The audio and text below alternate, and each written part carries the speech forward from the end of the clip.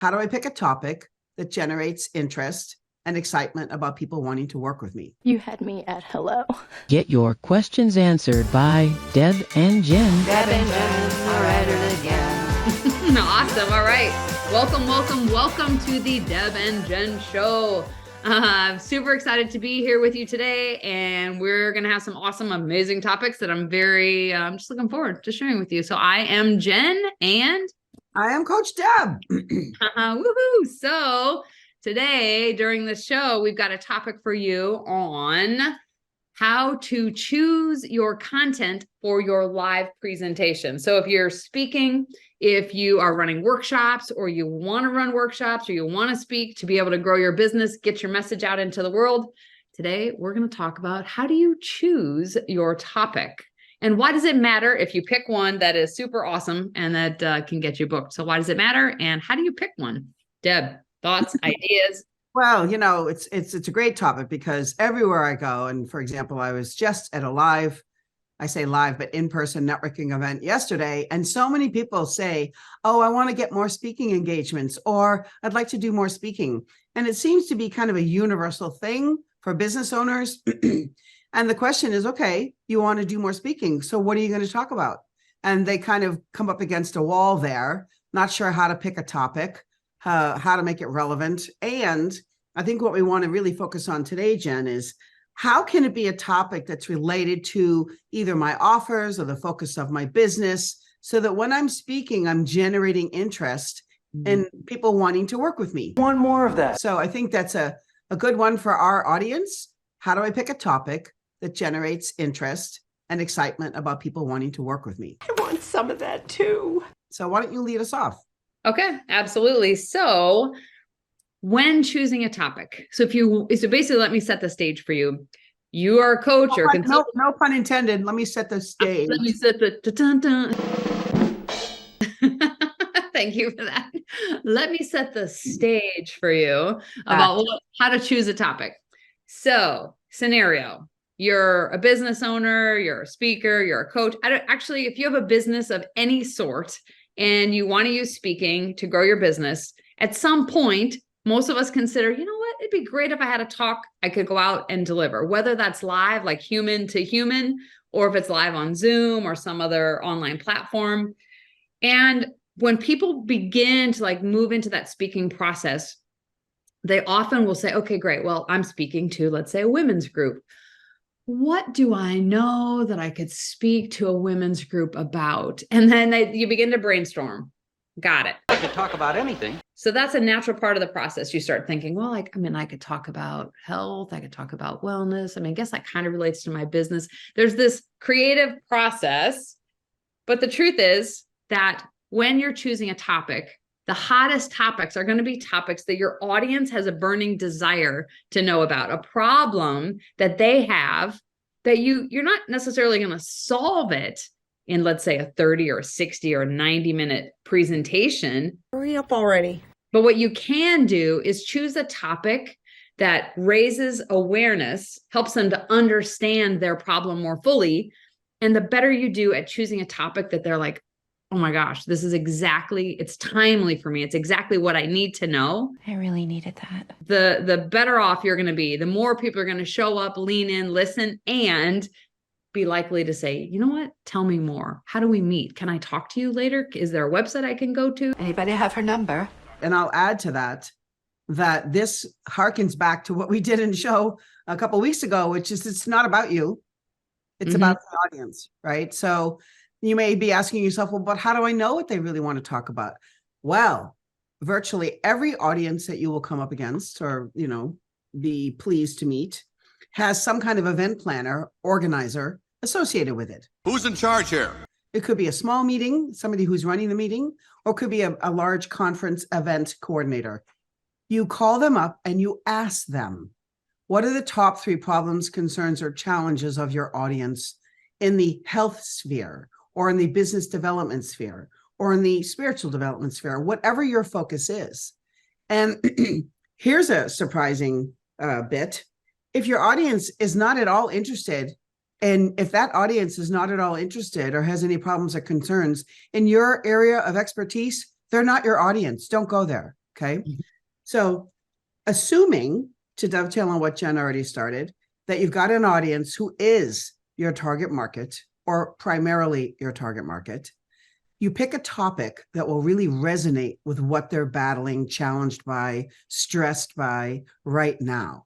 I think that really resonates. And we can do a lot of things in our presentations, and we can talk about this in more detail at a subsequent Deb and Jen show. But overall, you pick a topic that might meet their top 2 or 3 challenges. Now, obviously, there's a big difference between a 5-minute talk and an hour talk, or a 2-day workshop, or even a 2.5-hour workshop.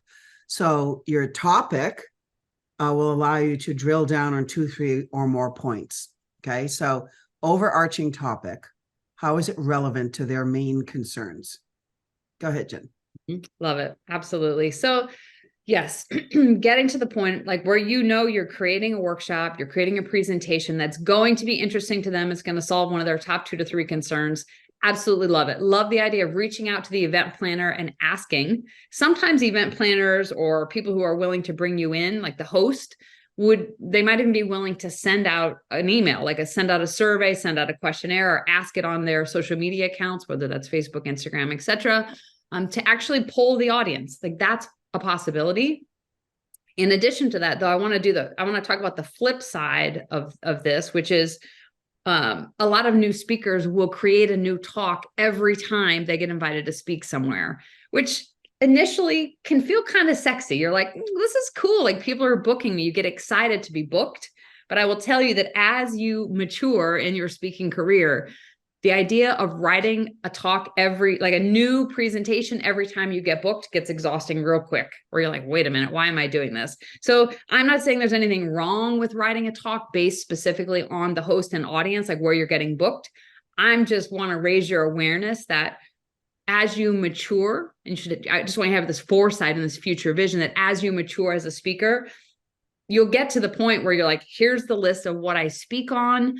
I can shift it a little bit for your audience, but these are my topics. And that's where ultimately you want to get to. So if you have that in your future, like in front of the windshield of where you're going, it's something to keep in mind.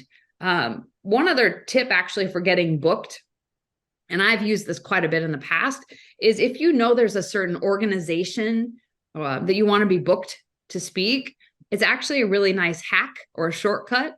If you can find it online or ask the event coordinator to go back and show you, you can go back and look and see what topics have they already booked.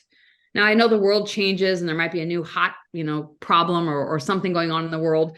But can you imagine, let's say, for example, I've spoken at chiropractic events. I could go on a college website where they bring in speakers, and I could look and see, you know what, over the last 2 or 3 years, here are the topics that they've said yes to. And that gives me an idea of what the decision maker is saying yes to. But on top of that, it helps me to see what topics are relevant in that market right now, which is a huge shortcut. Yeah. And again, that's a great tip for getting booked in front of certain organizations. But if we're a little bit before that, preliminarily trying to decide how do I pick a topic, let's be clear that you certainly want to be in your area of expertise. You don't want to try and pretend to talk about something where you don't have much experience or much knowledge. You'll be found out pretty quickly by the audience. I'm a doctor. And that's a horrible feeling, by the way. I have seen people do that, and it's not fun.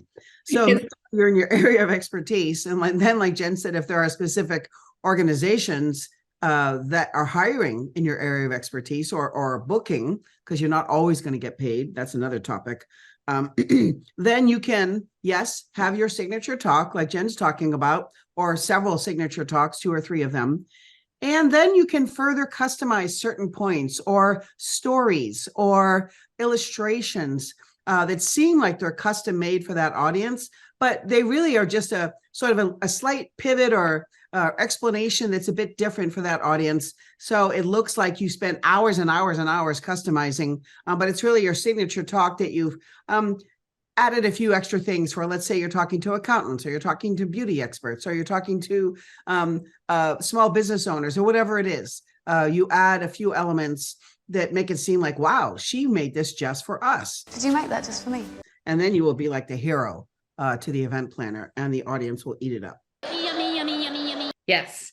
Let's talk about mistakes just for a minute. Mistakes when choosing a topic. Now, I know we gave them some advice on choosing the problem, but there are some other mistakes that you can make when choosing a topic and beginning to plan your presentation. So I'll give you an example, and then let's see what Deb's got on this one. So I'll say the biggest mistake I see when people are choosing a topic is as they begin to like, okay, let's say you picked a topic and you're starting to think, okay, what content am I going to create around this?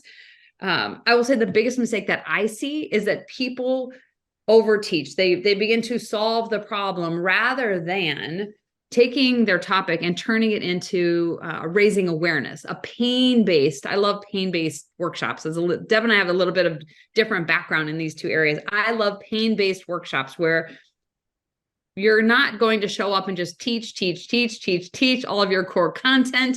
And at the end, people say things like, oh, that was so amazing. Oh my God, that was amazing. Thank you. That was fantastic. I loved it. And then crickets, like no one buys your stuff. Listen, I gotta go now. No one says, hey, can I talk to you later? They just thank you and appreciate you. Thanks a bunch. Which is cool, but it doesn't feel very good when you're doing the talk to try to grow a business. It's a dead plant. That's a really good point, because this question comes up quite a bit. Like, I want to create value, but I don't want to give away the whole store so people feel like they've got what they need. And then there's no reason to work with you. Mm-hmm. So there's a fine balance there. And it'll be a little bit of trial and error for those who are just starting out to figure out what that balance is. Because you don't want your audience to walk away saying, well, that was just a big fat promo. I got nothing out of it. A crummy commercial? So there is a balance there. So one of the greatest gifts, I say, and this goes from a discovery call to speaking on stage, is helping restore hope in people that a solution is possible. Because oftentimes, if people have been struggling with something for a while, whether it's procrastination or losing weight or getting an advancement in their career, they might have lost hope that they're ever going to get there, that it's ever going to become a reality for them. As you can see, this mountain is too tall to climb. So we, in our talk, can restore hope for them of what's possible. We can show case studies of other people who've made a leap and been successful. And little by little, they start to perk up in the audience and go, well, maybe I could do this. Maybe this is possible for me. So restoring hope is a big part of what we do as transformational speakers. In other words, we're hoping there's some kind of transformation taking place, even as Jen said, in awareness, and really looking at the thing head on. You know, I often use this example of women who will say, oh, all the good men are taken. I'm just going to watch Netflix on Friday nights with my bag of Doritos. Do you have any ice cream? That's the way the world is going for me. Well, that's the way it will go for you if you keep that attitude up. So you as the speaker can say to this person, you know, I've worked with so many women who have thought that all the good men are taken, that there's no good men left, and they kind of resign themselves to being single. Aha. But once they learn my 5-step strategy, and you're going to learn 2 of those steps today, they were able to go out into the dating scene, find a just right partner, and whether they married or not, were incredibly happy at the relationship that was formed. So if it was possible for them, it's possible for you. Then you might go into your 2 steps. Oh, gee, I wish I had time to do all 5 today, but I don't. Now, do you think they're going to want the other 3 steps? Of course. Yes. So that's where you that's a little tricky way to give some value without giving away the whole store. Whole nother business giving it away. Love it. You save a bunch of money on Doritos or Cheetos or whatever you're eating. Maybe you can pick out your Netflix subscription. I don't know, but yes, absolutely. So if you can imagine that, like imagine you're doing a presentation and you position it just like Coach Deb said. You're saying, here are the 2, there's 5, but I can't share them all with you right now, which is true. It's all we can fit in here. You don't have to be cheesy about it. Like there's 5. I don't have time to share them all with you right now. Wish we had more time, but we don't. Would you look at the time? Absolutely. Right. And the truth is, like, let's say that you could cram 5 bullet points into a 30 or a 60-minute presentation. You might be able to spit them out and say what they are, but you're not going to be able to thoroughly teach them to transfer that knowledge so that it's functional and usable for your audience. You're just telling them at that point, which they could probably Google a list of things to do to go on a date or find a man.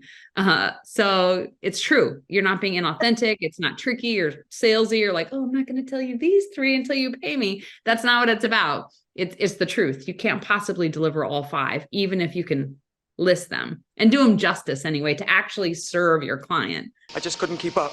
And here's the thing, like we've said in a previous show, nobody wants more information. They want the transformation. So if you can start the transformation process with 1 or 2 points by taking them through an exercise, could be a meditation, it could be a journaling thing, it could be a partner share, or all of the above. That transformation process has begun, and they're like, wow, this presenter, Jen, is incredible. Like, I want to find out, I want to do more of this, right? Whereas if you just give them a list, they're like, well, that was boring. Nothing happened. Right. No transformation was begun. So as speakers, and look, everybody, you're not going to be an expert at this when you start out. But if you start out with the intention of, let me begin the transformation process first by restoring hope, showing some case studies of what's possible, painting a future vision or future self for them that they may have lost touch with. And then you start the transformation process with 1 or 2 things and make them long. I mean, depending on how much time you have to talk, but it's the experience that they won't forget. What a ride! The knowledge will be 90% of it will be gone by the time they get in their car. I already forgot who you are. But the experience they will retain, and they will think about it, and they revolve around it. Even if they didn't buy right then and there, they'll contact you later, because no one can argue with your own experiences, because it's your own experience. Right. Love it. I absolutely love it. And that's how you know you rocked it, is later on. I mean, well, actually how you know you rocked it is that initially the outcome you want happens, whether that's book a call with me, come to the back of the room, click on this link that my team dropped in the chat. That's your first measurement. And I know we're getting a little bit down the path of what happens during your presentation, but this is awesome. And then the second thing is just as what Coach Deb said, is all of a sudden, maybe a week later, a couple days later, a month later, who knows? I mean, I think I've had people over a year and a half out say, I can't stop thinking about that thing that you said. Can we talk? Because you planted those seeds of hope and possibility, and also the seeds of like, here's why you're going to continue to suffer. Here's like this secret thing that you're missing. Like it's this piece that you've tried all these other things, but until you figure out this foundational thing, like the principle or strategy, all the other things you can go out and buy and do and try, etc., are not going to work until you have this foundation in place. So when you're choosing a topic, I'm going to recap just a little bit, and Deb, please add if there's others that I missed. So recapping, like, choose a topic that you know is pain-based for your audience. It's a top of mind problem that if they could get a solution or get hope or get insight, would be impactful for them. Like, man, if I could figure this out, even have a deeper understanding about this problem, that could change their life. It's going to be engaging for them. So pick a problem that your audience has.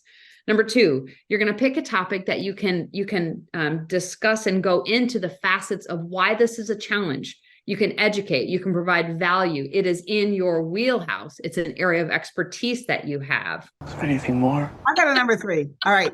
I thought you might. So at the end there, where you were talking about you've tried all these other things and they didn't work, a sort of an advanced technique of picking your topic is to showcase how you're different. These are called signature talks because you may have a signature approach. You may have something that no one else has, your secret sauce. And your secret sauce may be in the information itself, or in how you translate the information for them and the transformation that happens. So always be thinking about, how am I unique and different? What's my edge?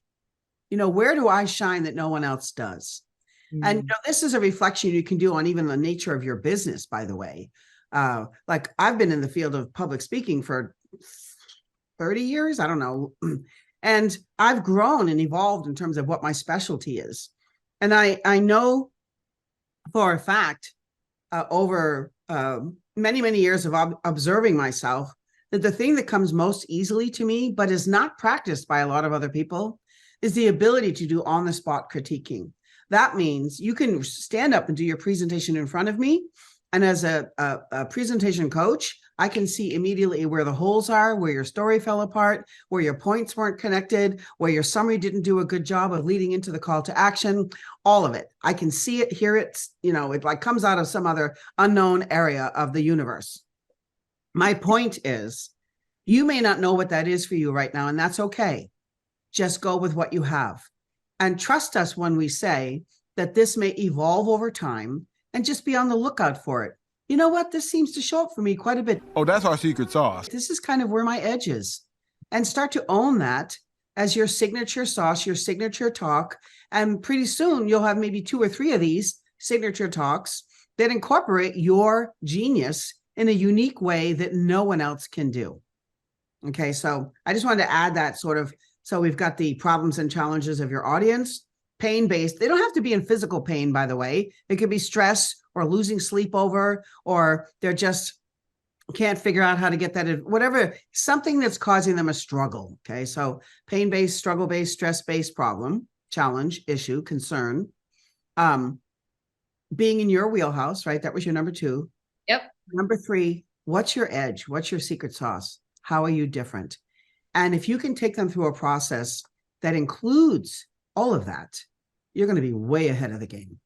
Oh my goodness. Can you imagine? Imagine a new speaker, if you're a new speaker or a fledgling, going out and having these skill sets and having this level of awareness. It can completely change how you show up and surprise, frankly, it may surprise the people who are hiring or booking you to speak that you've got your stuff together so well. Who on earth is that? And frankly, when you have a system around it, it's not that hard to do, which is amazing, because then that system gives you structure and you can relax. You can take your expertise, your brilliance, your passion, and plug it into a structure that allows you to create a talk like like a solid talk that doesn't just lead to a lot of thank you, thank you, thank yous. It actually leads to people saying, how do I find you? Here's my credit card. How do I give you my credit card? How do I work with you? We don't care how much it costs, do we? We just care how much it makes. And when you crack the code on this, can you see the value? Like, what's the alternative? Alternatives, I don't know, making a bunch of social media posts, Facebook ads, cold calling, random, like just. Do you have a plan? When you have a structure of a solid talk, I sincerely believe this. This has been true for me and so many of my clients, and I know Coach Deb's clients.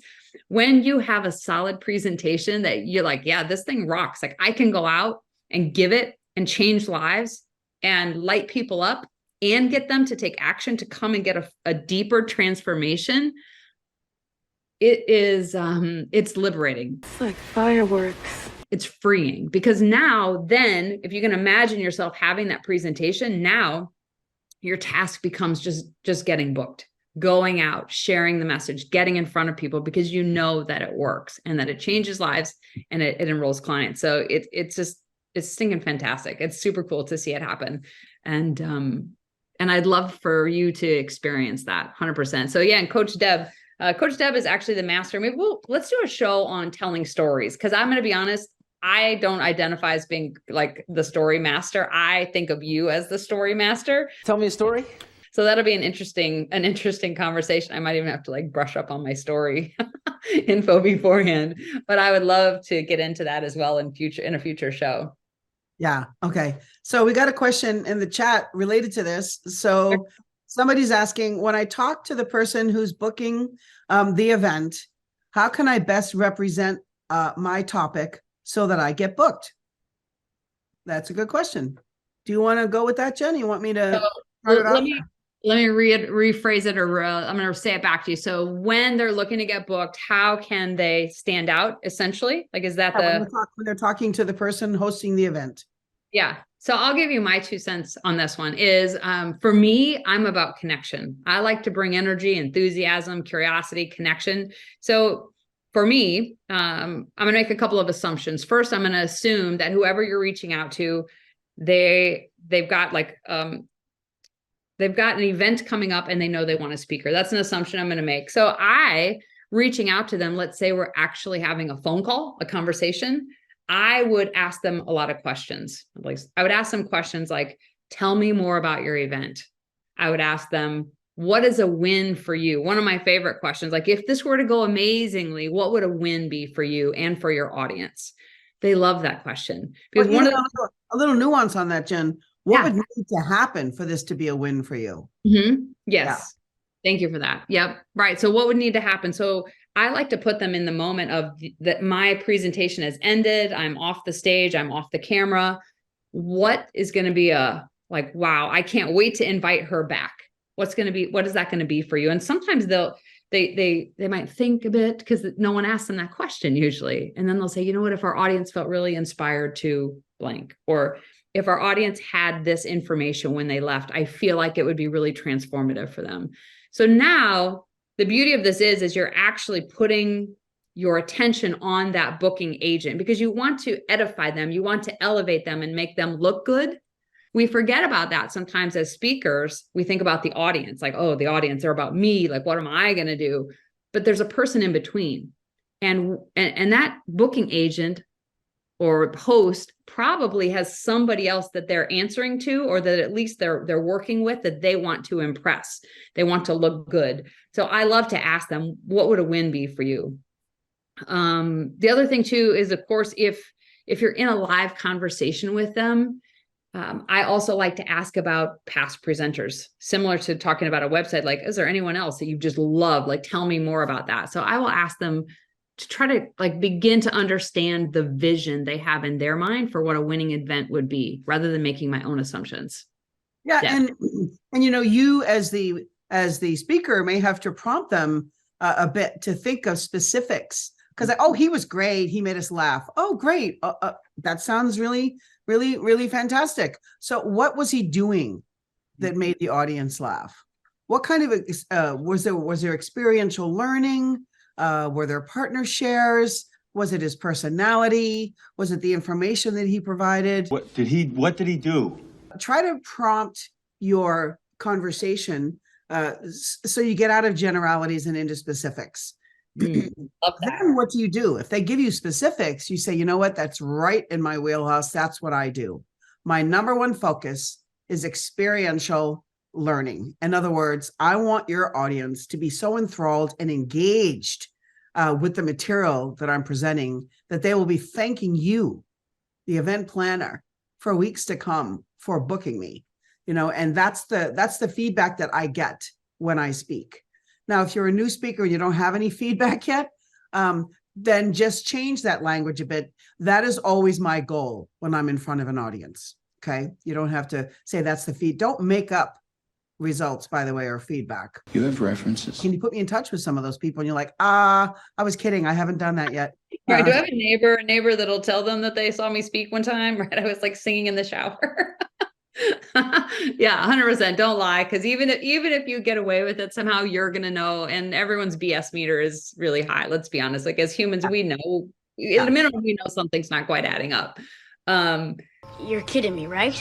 So standing out, let's pretend like you're not in the conversation. So in a conversation, of course, so you're going to get curious about them. What's a win for them? Is there some speaker they've had in the past that they think was like absolutely fantastic? And essentially, like, how can you make them look good, like really good to either their audience or to, you know, their other sponsors, et cetera. So be focused on them because they're interested in that. They are interested in their audience, but they also, you know, imagine they book somebody who sucks. Let's talk about that. All right. Who stinks, who isn't good, or who tries, but just isn't good. How's that going to impact them? They're going to see that person walk off the stage as the host or the event planning agent or the booking agent, be like, well, you know, I made my best guess and, you know, that one didn't pan out. Like there's a down energy on that. So it really is important to them. And I say it and I laugh, but I'm serious. It really does matter to them. So ask those questions. Yeah. They're going to get, if it's a terrible speaker, they're going to get blowback. Yeah. Let's say it's some kind of networking organization. And they're going to hear from their members like that person was not good, you know, or stronger language. Yeah. So to recap, this show today was about how do I pick my speaking topic if I'm a new or emerging speaker, but even if you're a seasoned speaker, a lot of nuances and specifics today that may help you refine not only your topic, your signature talk, your signature approach, but also how to present that to a potential meeting planner. Can you summarize? The top 3 things to keep in mind when creating your signature topic. Number 1, the pains, problems, challenges of your audience. Got it. Number 2, your wheelhouse. Yep. Senior area of expertise. Make sure it's within your area of expertise. Number 3, what's your signature approach, your edge, the secret sauce that you bring that will help you stand out from everybody else. And then moving into number 4, which is really a little bit of a pivot of talking to the event planner, the meeting planner, whether it's a room of 20 people or a room of 2,000 people, is being focused on what will make them look successful, which their focus is always going to be on what their audience wants. Because when they got a happy audience, they have a happy life. Their job is easier, right? So I think those would be our four things, right? Yep. And actually, there is a question in the chat that I'd really like to address as we wrap up. Okay. Why do you guys do both speaking and business tips? How does speaking relate to growing a business? And I'm going to be like kind of silly and say, I don't care if you're standing in front of an audience for 3 hours, you're teaching a workshop, or you're doing a 10-minute like talk in front of a group. Until you learn how to use your words to grow your business. Use your words. I mean, you're at the mercy of spending a bunch of money on advertising and trying to figure it out through text and copy. So yes, right now we are talking about delivering a workshop or a signature talk. And how many, you get to skip so many steps in that know, like, trust process when you speak, even if you're speaking on Zoom. I mean, live is totally different because they can see your hands and your feet and your whole body.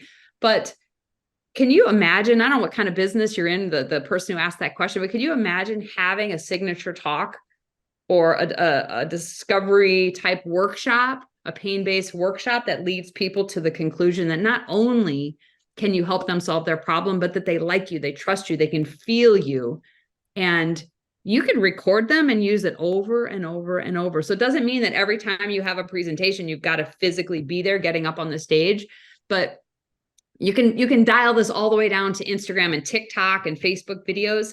When you know how to speak and share what you do in a way that compels people to take action, man, speaking is what we do to grow our business. You might not think of it these days because a lot of people will I'm going to make some Facebook memes and posts and, I'm going to do the TikTok dance and all of the other things. But the fact is that until you learn how to share your message in a compelling way that educates and motivates, all the other things you're doing those things to try to figure out how to be compelling and motivating. So that's why we talk about speaking as it relates to growing any business on the planet.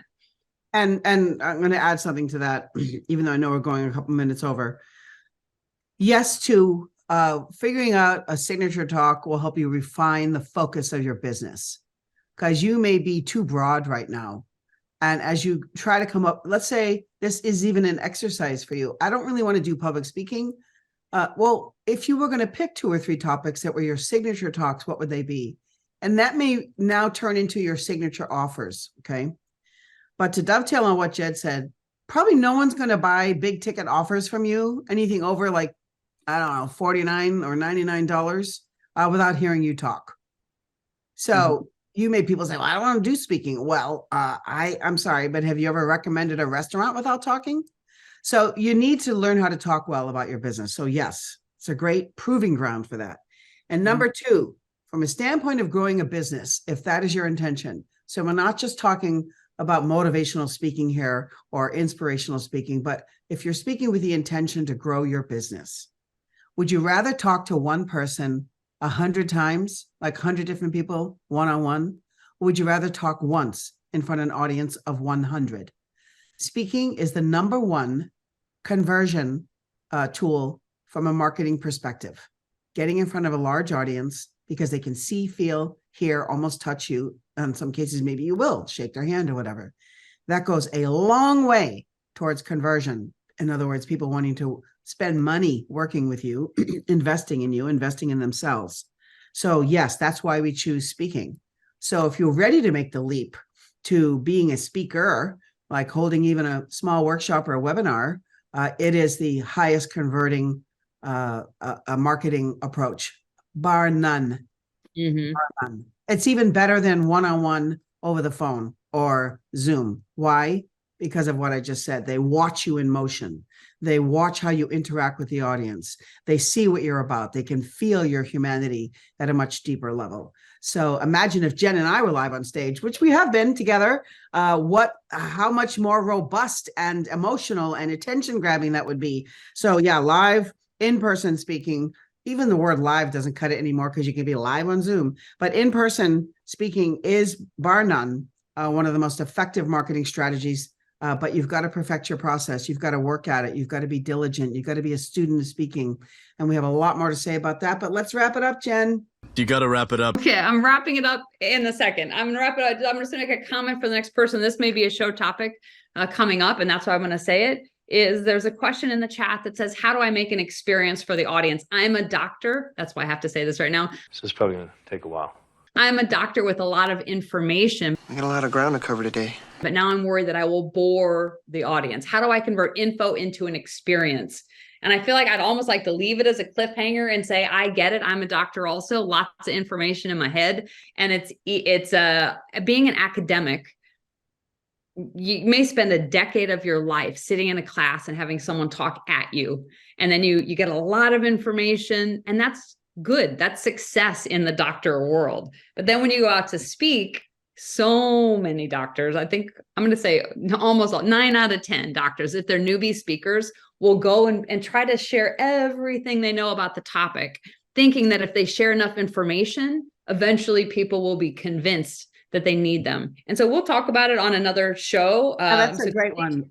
Yeah, it's a huge problem. I mean, it's a huge opportunity also. Yeah, Deb. Yeah. So this applies not just to doctors, but anybody who is information centric, info centric. I know it's a lot. And how do you transfer your information into experiential learning? And look, this doesn't just fall to doctors or lawyers or accountants or whatever, financial planners. I'm bored. There's lots. We all need to create experiential learning. We all want our audience to be involved in the material. Nobody just wants to sit back and be a passive listener. You won't engage them that way. So let's hallmark that for a future show. Yep. How do you do experiential learning as a speaker? Yeah. Right. I wrote down, I summarized it as boring versus engaging. To put you to sleep just by talking. That's what I wrote down. Because after all, you're competing with TikTok and cat videos and little kids dancing. You gotta, there has to be entertainment and education at the same time. So yes, I think that's an awesome topic. So stay tuned, the doctors and the experts out there and anyone else who has a bunch of information in their head. I've got a lot of reading to catch up on. That you don't know how to get it into something that people would actually look forward to sitting through. Yeah, exactly. All right. So that's it for today of the Deb and Jen Show. Thank you for joining us. And whether you're listening to us live or on recording, we're happy to have you. And we invite you to send any questions you may have. If you have questions, send them to questions@debandjenshow.com. And we'll be happy to take them up on the next show. Thank you. Awesome. Yes. And we're live every Thursday at 11 Pacific. Thursdays at 11 Pacific is when we are live. So come and hang out with us. And yeah, send us your questions. That'd be amazing. I'm super excited we've got a list of topics I've written down. So stay tuned, hang in. And if you're out there speaking or wanting to grow your business, shoot us a message and we'll see you next Thursday. Yep. Okay, everyone. Thanks again. See you soon. Ciao for now.